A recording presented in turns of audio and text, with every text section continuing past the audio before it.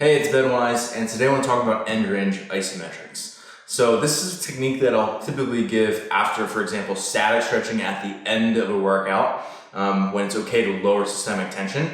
During recovery days, during movement work, like a session like that, any of those scenarios would be really common. So the idea here is that we're claiming extra range after we've opened up a new range with a static stretch. So we increase the range of motion that you have, the passive range of motion that you have, but you also need to then increase your ability to use that range of motion, your active range of motion.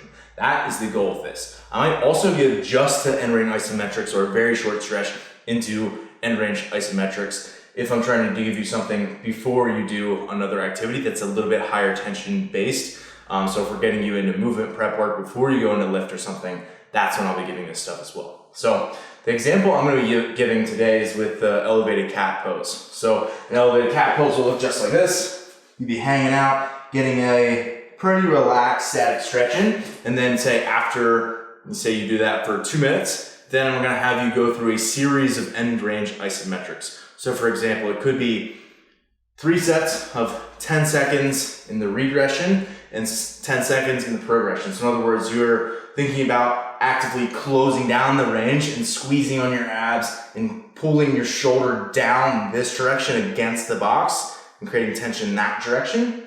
And then after 10 seconds, you'll switch and you'll think about pulling that shoulder open against the range, right? So you'll think about, say I was hanging out here for a minute, then it's squeezing open the entire time, really hard, driving that tension, 9 and 10. And then I'll switch the other way where I'm pushing against the box, down on it, this direction. Again, push, 7, 8, 9, 10. I repeat that for 2 more complete cycles, and then I would go back through my static stretch. So that would be a series of end range isometrics. We could do this for a number of different movements. This is just a shoulder flexion example of this. We could do this on the rings, for example, where you're pressing against the rings like you're coming out of the bottom of the dip, but you're actually not moving. And then opposite, like you're doing like a high pull, pulling yourself down into the range on the rings. There's a number of ways that we can use this, but this is the example today that I'm using for end range isometrics.